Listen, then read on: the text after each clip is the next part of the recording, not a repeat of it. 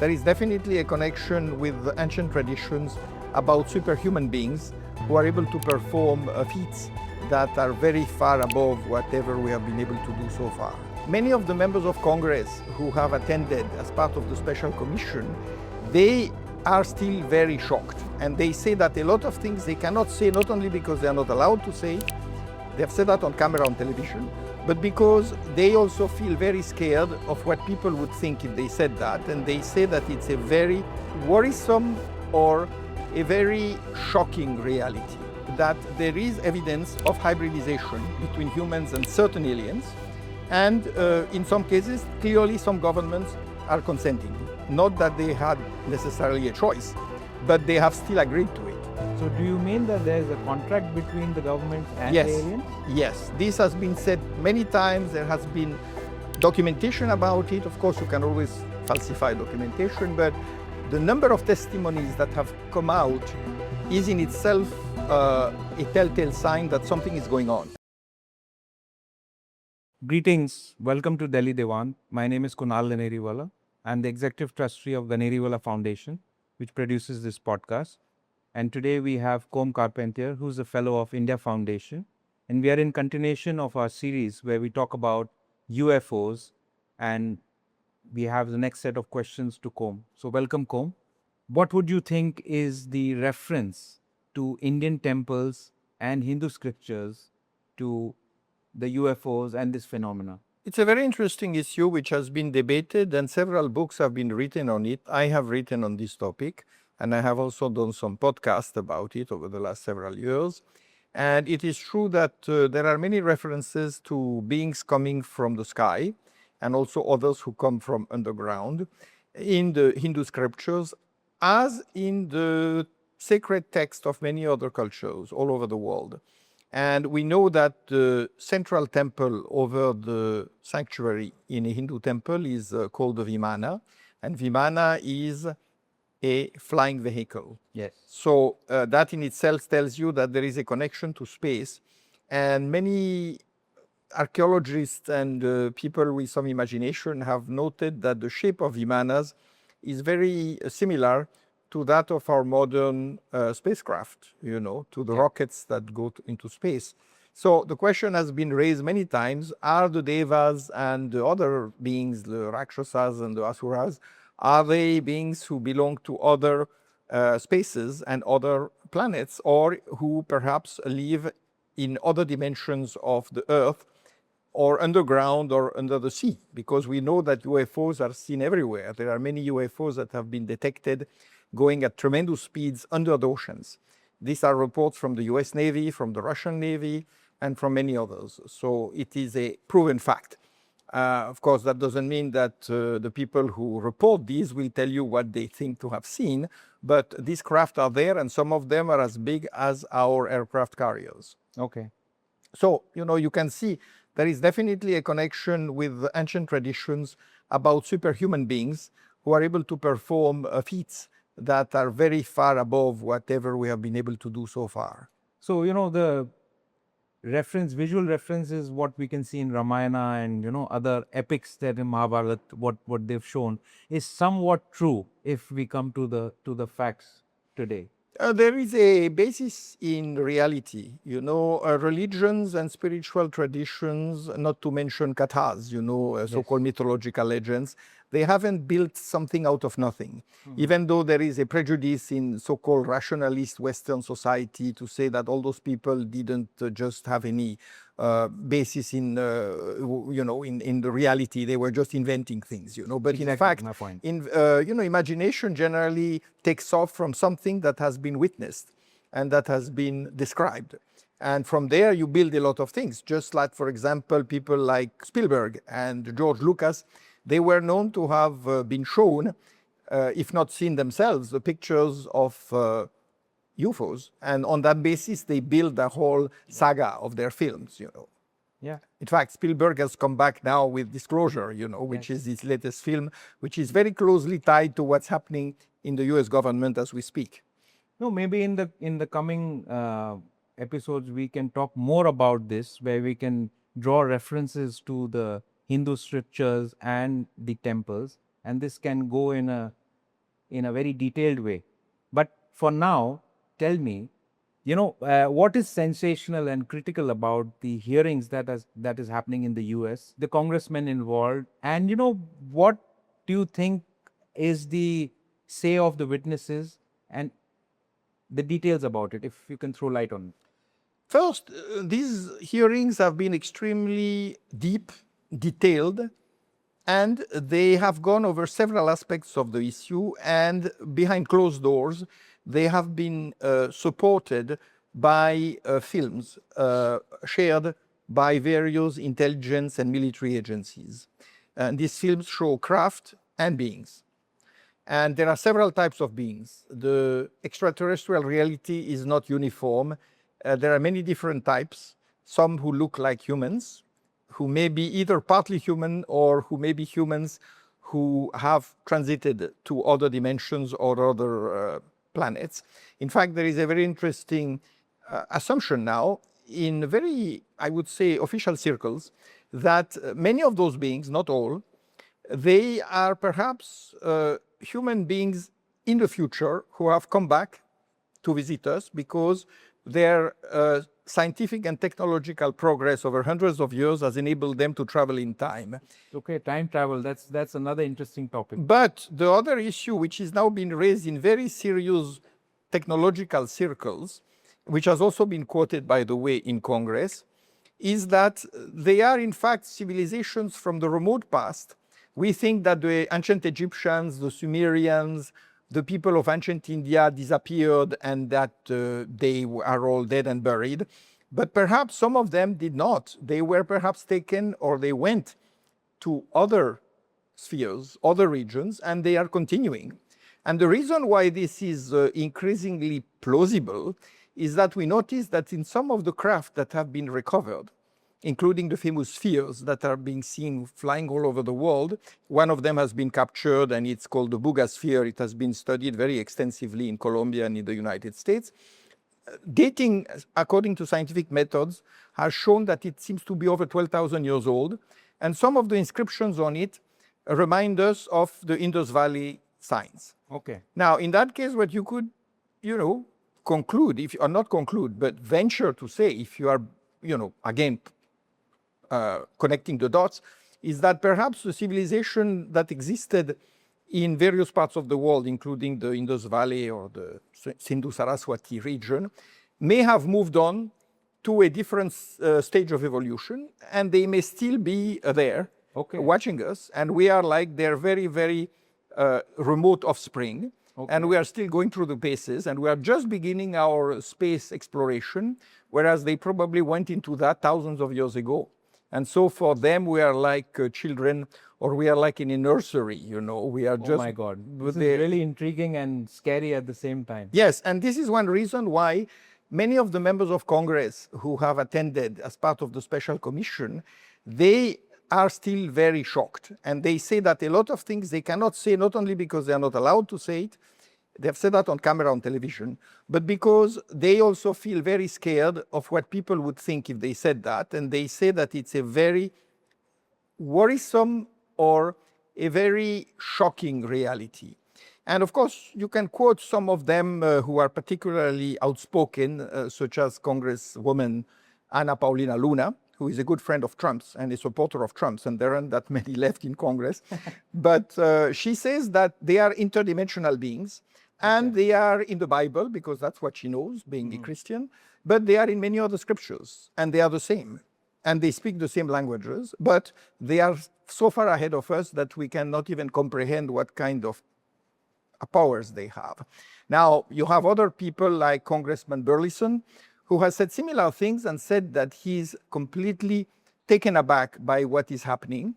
And he feels that most people are not able to take it in, that most people would be so shocked that it would destroy a lot of things, such as religion, social stability. Absolutely. I'm shocked myself listening to you. Yeah. Well, you see, I had been told about this, and I had some fair expectation that this was the truth, but I wouldn't have said it because then I would have been seen as being far out, as being, Correct.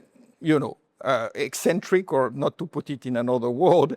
And now that you have people in Congress who are very seasoned politicians, and some of whom have technical backgrounds, and they tell you this, and so is the case for a lot of engineers and scientists working for the military, you realize that these people have all got evidence of something extremely, extremely, not only strange, but overpowering. Then there is, another congressman who has become well known for his statements. He says, there is such a vast amount of, secrecy, disinformation, in the sense that the government has spread deliberately a lot of misinformation, and when it is deliberate, it is called disinformation, to keep people off track. And on top of that, he says there is enormous amount of corruption because so much money has been taken from the public coffers, stolen, if you want to call it that way, but it has been used for all sorts of things which have never got any kind of democratic congressional supervision, as you mentioned, or clearance. And so he says, if this comes out, a lot of people will have to be probably tried and go to jail, if not worse, because in some cases it could be assimilated to treason. How is it if you are working for entities which are beyond the scope of your country and your government, and which tell you to do things which might not be in the interest of your government? Now, of course, that raises the eternal question. Are the aliens positive? Are they well-meaning, or are they not? And you cannot give a definitive answer, because in some cases, many of them appear to be quite positive and they are trying to help us move to the next stage of evolution. And others are obviously using us perhaps as a database, as a DNA pool, which they are using to conduct hybridization. And maybe they're just researching on how we are behaving and how we react. Yeah. And then probably they'll decide what the future lies for them. Yeah, and also that keeps coming back, that there is evidence of hybridization between humans and certain aliens. And in some cases, clearly some governments are consenting. Not that they had necessarily a choice, but they have still agreed to it. So do you mean that there's a contract between the governments and the aliens? Yes, this has been said many times. There has been documentation about it. Of course, you can always falsify documentation, but the number of testimonies that have come out is in itself a telltale sign that something is going on. And this seems to have gone back to the year 1954, when President Eisenhower, according to several reports, met with an alien delegation at one Air Force located in California, which is, not far from Los Angeles. And in that base, he apparently received a delegation of aliens who made certain proposals and made certain disclosures. And there are witnesses, eyewitnesses, who wrote and testified that they had been taken to that place to look at the craft of the aliens. And apparently this craft had been left there on loan, as it were, as a gesture of goodwill. Okay. And Eisenhower was obviously very interested in it, and he wanted, to get to know more. But according to all, reports, he was gradually disconnected from the whole thing, and he was not allowed to know what was happening. So much so that eventually, not too long before leaving office, he tried to force Area 51 administrators to give him access, not to him, but to the people he was sending there. Because he said, if you don't do that, I'll have it occupied by the army, and I'll find out what is going on. And the suspicion was that certain powers at Area 51 had established a direct working relation with certain aliens, and they were no longer communicating to the commander-in-chief.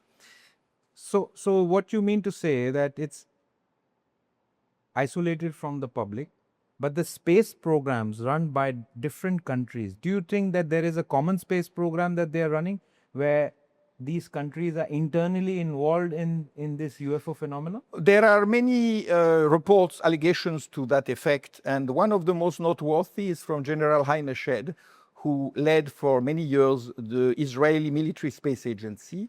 And Haim Eshed, who is over 80, has written a book in which he states categorically, and he has spoken on television about it, that there is a joint space program between certain human agencies and the aliens, and that through the space programs, humans have been allowed to go to the moon and then also to Mars.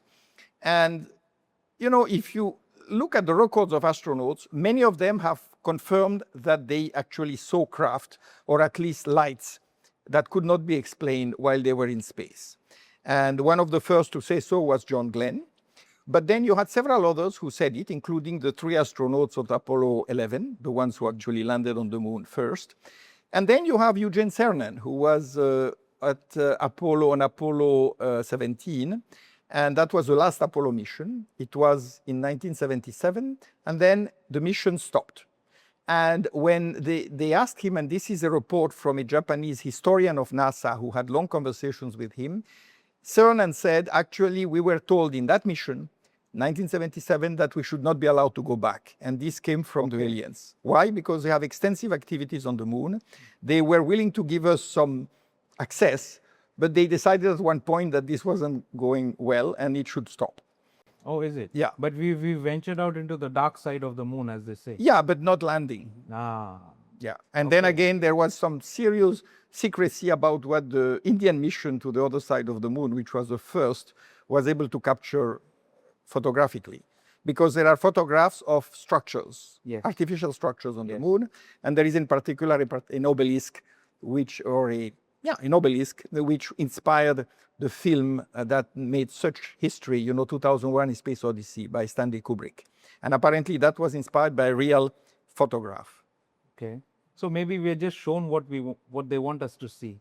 Well, NASA has been systematically blurring images and taking out all pictures of spacecraft. That is confirmed. We have several insiders from NASA who have said so. So, but do you think that apart from the US, which seems to be majorly doing the research on UFOs and the UFO phenomena, are there any other countries conducting extensive research? China is doing a lot.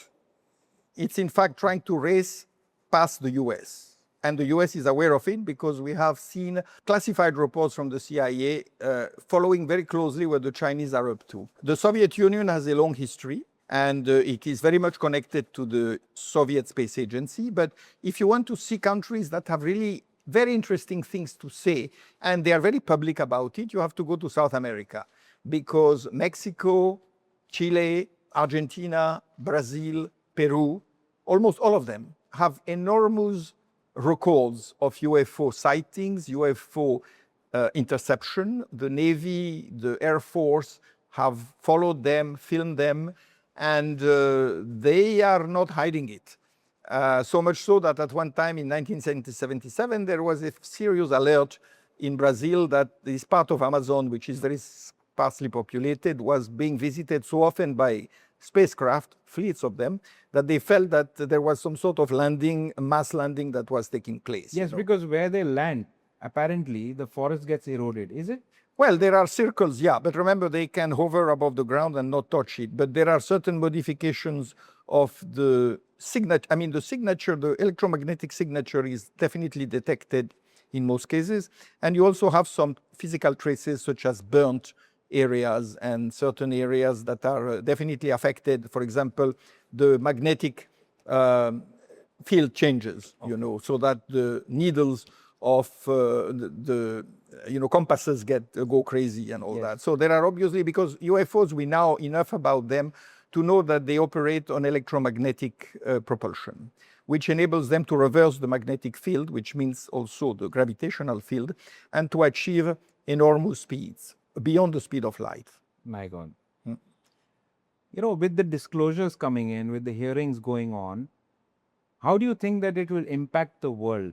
And in India particularly, because we are more concerned of what we may face, because the focus of, as I said earlier, has always been on the US and about the UFO phenomena. How does India come into the picture after the revelations come in?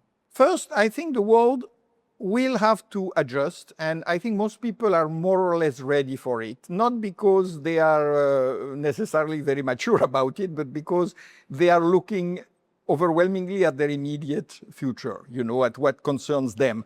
And if they don't see any major disruption to their lives, they may not take it in such a dramatic way. They may simply say, well, okay, we are not alone in the universe. It makes sense. There are other people, as long as they're not wanting to kill us, we probably don't have too much to worry about. However, a lot will depend then upon what is the future interaction between aliens and humans. Because so far they have been very quiet. They obviously want us to transition to another stage. And we can see it with the phenomenal progress of artificial intelligence, quantum computing, and other technologies. This is actually meant to take us closer to them. And that's why it's becoming so much easier now to talk about them. And that's why Trump, in his usual disruptive way, has decided that he was going to make a name for himself by forcing an end to at least part of the secrecy. Although I think they have only released 1% of what they have. Some more is coming every day or every week, but they probably will never release the most dangerous and damaging things that they have. No, but how would you differentiate what is a proven information or what is disinformation, as you say, which is deliberately provided for to us? How would you differentiate? And how would you categorize this speculation as? Should we just trust what the US says, or is there any way we can validate that? No, we certainly shouldn't trust what the US says, because the US has a political, economic, and strategic agenda. So they may say a lot of things that are factual. In fact, that is what most people don't believe. And they may also say a lot of things which are not true, but which are meant to either scare people. For example, there is a long-standing discussion about the possibility that the US may trigger what was called Project Blue Beam, which apparently is an intelligence project which meant to sort of create artificially by technological means an appearance of an invasion by aliens, which would get people so scared that they would decide we need a central government, which would probably be located in the US. Okay. Although I doubt the Russians would accept that, nor the Chinese. But anyway, the idea was to bring the world together under one government, which is one thing that many nationalists are very worried about. So this could be a manipulation. It's very possible. But other than that, I suspect that the fear is mostly that there will be too much disruption to human civilization.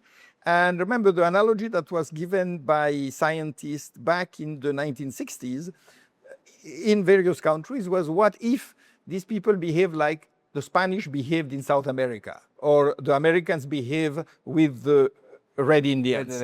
I mean, most of those people died either because they were killed or because they got epidemics. Yes, that were I think they're deliberately eliminated, over time. Yeah, but some of it was fortuitous, because the Spanish didn't really want to eliminate them, but then they carried diseases, and that's how many people they didn't have antibodies. So this could technically happen. However, I believe we are dealing with very sophisticated aliens who know us pretty well, and they know what they have to do to keep themselves sort of below the parapet, appear once in a while, gradually inform us, and gradually take us through our own technologies into a sphere in which we can communicate with them. I mean, artificial intelligence is definitely a way to bridge the gap, Okay. You see, that's the thing.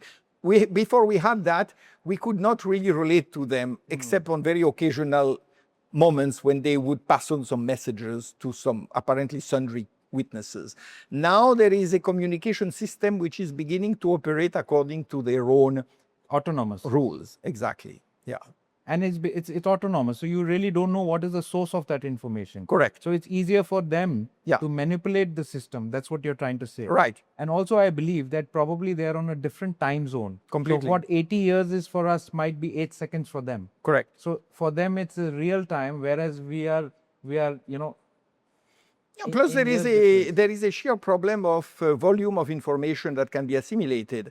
As you know, a modern computer can absorb and disseminate information in a fraction of a second, which for humans would take months or years to acquire, or it might even take generations of large number of people. Now, if you're looking at certain aliens, at least they definitely have similar ability, because there are several witnesses who say that when you meet, particularly with the so-called greys, the moment they look at you, they literally suck in all the information about you. Okay. so that you are completely under their control, you Yes. know. And this is something which humans find extremely destabilizing. No, I'm drawing reference in what you're saying from the films that I've seen, because that is the only visual references Right, that you have. right. But we've seen all of this in a certain way in films, in documentaries, in some journals or books. So what you say, if it is true, it is kind of scary. Anything that is completely and radically new is scary, right? I mean, you just have to be able to adapt to it, and not everybody can. So there has to be a, you know, it's like going into space and traveling to other planets. It's a very scary thing because you are meeting with a completely for alien environment and you are away from all your references. Your frame changes completely. So it takes some time to do it, and that's probably why the alien phenomenon has been gradually rising over the last 100 years and probably much more. But it's our technological development which has made them more and more involved with us. Com, this is very interesting. There are many more topics we need to cover, including the Kailasa temples of in Ellora caves, because there was no debris found, and there's Yeah. so much misinformation and ignorance about that. Let's continue this in the next episode. Thank you for being on Delhi Diwan. It was a pleasure having you. Thank you everyone for watching.